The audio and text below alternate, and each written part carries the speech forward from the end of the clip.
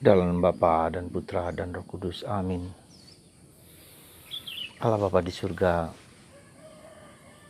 Putramu Yesus mengajak kami untuk mencintai Allah melebihi segala sesuatu dan mencintai sesama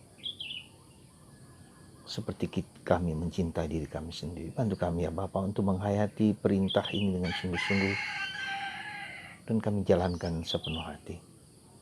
Terpujilah namamu kini dan sepanjang segala masa. Kita diingatkan saudara bahwa nilai dan harga manusia, harga kita itu adalah mencintai Allah dan sesama. Cintai orang lain. Kenapa? Karena kalau Tuhan tidak mengatakan cintailah dirimu sendiri, tidak. Cinta kepada diri sendiri itu otomatis. Gak usah disuruh pun sudah mencintai diri sendiri. Lihat perkembangan anak kecil. Selalu demi aku, demi aku, demi aku. Ya, tidak jelek. Itu proses perkembangan kepribadian seseorang. Minta ini, minta itu, dan segala macam apa yang dia inginkan. Tapi ada tahapan di mana kita justru menjadi bermakna ketika kita keluar dari diri sendiri. Keluar dari kebutuhan-kebutuhan egoismeku, pikiranku, kehendakku untuk orang lain. Nah, inilah dua aspek penting di dalam kehidupan kita adalah beingku sebagai yang diberikan Tuhan kepadaku, being, apa yang Tuhan berikan kepadaku dengan segala talenta, dengan segala bakat, dengan karunia, dan rahmat yang besar sekali Tuhan berikan pada kita, sudah diberikan kepada kita. Maka hari ini Yesus mengatakan, pergi kamu. Setelah Yesus mengajar para murid, memberikan kuasa, mereka bilang dilatih untuk pergi keluar. Nah, untuk merasul. Jadi makna kita itu bahwa kita menjadi bermakna ketika kita berani mengorbankan diri untuk membagikan, sharingkan, melayani orang lain. Maka Yesus mengatakan kalau kamu ingin menjadi terbuka, layanilah. Jadilah pelayan, jadilah seperti anak kecil. Dan layanilah orang-orang kecil yang tertindas, orang-orang yang tidak punya kuasa, orang yang diperlakukan tidak adil, seperti anak kecil. Dia tergantung kepada orang lain. Nah, itulah yang kita layani. Jadi sekali lagi, saudara, inilah mekanisme kita. Jadi kenapa kita egois, kenapa kita tidak bahagia? Karena kita kurang memberikan kepada orang lain. Kurang melayani orang lain, kurang memikirkan orang lain, Nah, bacaan pertama hari ini bicara tentang hal itu. Esra melihat kenapa mereka berdosa, kenapa mereka dibuang, kenapa mereka dianiaya, kenapa mereka diperlakukan begitu kejam oleh bangsa-bangsa lain, dibuang ke pembuangan dan segala sesuatu. Esra melihat sejarah kehidupan bangsa Israel itu kasihan gitu loh. Sampai sekarang maka mereka menjadi bangsa yang kuat, tegar dan teguh supaya mereka tidak dijajah lagi. Jadi bangsa Israel itu bangsa yang penuh dengan penjajahan, penindasan, pembuangan dan terus menerus. Nah, disitulah Esra melihat dia melakukan silih atas dosa bangsa-bangsanya, ya. Maka dia diizinkan untuk dan Tuhan memakai raja Persia untuk membuat bangsa Israel membangun kenisah. Jadi kita lihat di sini bagaimana refleksinya dari Esra melihat bahwa mereka menderita, mereka tertindas, mereka diperlakukan tidak adil karena mereka menentang Allah. Ya. Karena mereka jauh dari Tuhan, karena mereka jahat di mata Tuhan. Nah, sekarang saudaraku terkasih dalam Kristus, dalam konteks itu, bagaimana kita bisa memiliki keyakinan, keteguhan, ya. Esra yang mencintai bangsanya, mencintai orang-orangnya dan melakukan silih atas dosa-dosa mereka dengan perbuatannya. Nah, demikian juga dengan kita. Dalam konteks tertentu, bagaimana kita tahu misi hidup kita? Cobalah kita lihat. Gak usah jauh-jauh, gak usah pergi ke sana kemari, gak usah jauh-jauh. Apa yang sedang saya geluti ini? Apa yang menjadi penderitaanku? Apa yang menjadi salibku? Apa yang menjadi problem hidupku? Mungkin itu yang bisa bisa menjadi misi Tuhan yang Tuhan berikan kepada saya. Misalnya sebagai contoh, Anda menghadapi problem dengan suami, dengan istri, dengan anak-anak, dengan orang tua, entah bawel kah, entah sakit kah, entah apapun bentuknya, dan Anda merasa terluka karena itu. Entah karena kekeras kepalaan satu sama lain, anak segala macam. Nah, mungkin ya itu pun bisa menjadi misi Anda. Tuhan mengizinkan itu terjadi pada kita semua supaya kita menjadi lebih dekat dengan Tuhan. Coba lihat ya, Esra hari ini. Dengan adanya pembuangan itu, dengan adanya mereka ditindas itu, Esra semakin dekat menggantungkan diri, mengizinkan Tuhan untuk mengubah hidup mereka semua. Nah, jadi misi Esra seperti itu. Seperti Yesus, misi hidup Yesus adalah datang ke dunia supaya menyelamatkan manusia, menebus manusia. Lewat penderitaan, lewat salib. Salib itulah menjadi misi Yesus untuk menyelamatkan manusia, untuk menghancurkan dosa manusia. Nah, saudara, misi hidup Anda apa? Lihatlah salib Anda sendiri. Lihatlah salib kita sendiri. Apa problem hidup kita? Ya. Nah, jadi dengan begitu, dengan kata lain, selain misi hidup kita itu, apa yang kemudian terjadi yang harus kita kembangkan, yaitu 3 hal.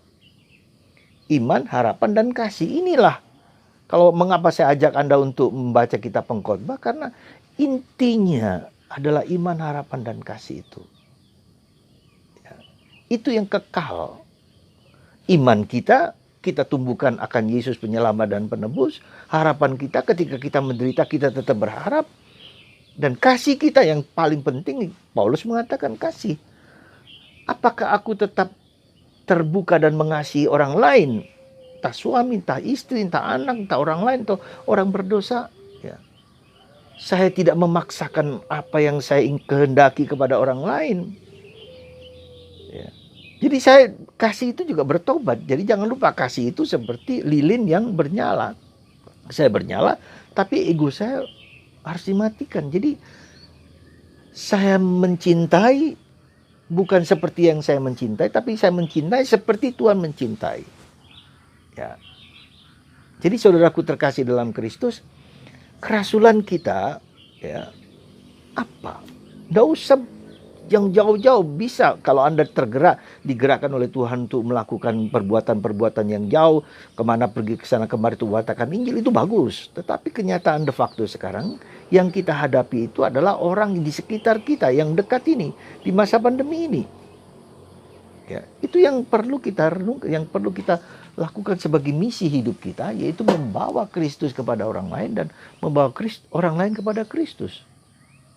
Ya, dengan mengembangkan iman, harapan, dan kasih. Dan apa yang sedang saya hadapi sekarang dengan problem hidupku, dengan salib hidupku, dengan masalah hidupku, mungkin Tuhan menggunakan itu supaya itu menjadi rahmat. Salib yang berat itu menjadi tanda cinta kasih, tanda pengorbanan hidupku untuk menyelamatkan satu orang atau 2 orang atau orang-orang yang menurut Anda sulit berubah. Bukan pertama-tama mengubah orang itu, tapi mengubah diriku sendiri. Salibku mengubah diriku sendiri supaya kita bersandar kepada Tuhan. Tuhan yang akan mengubah orang lain. Anda suami atau istri tidak bisa mengubah istri Anda atau suami Anda. Ya. Kecuali Tuhan.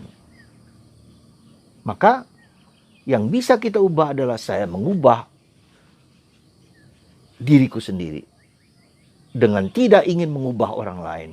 Yang bisa mengubah adalah Tuhan. Jadi kita mohon kepada Tuhan supaya kita menggunakan hidup kita untuk semakin mencintai dan mencintai. Dan itu salib. Dan itu berat. Dan itulah yang ditanggung oleh Yesus.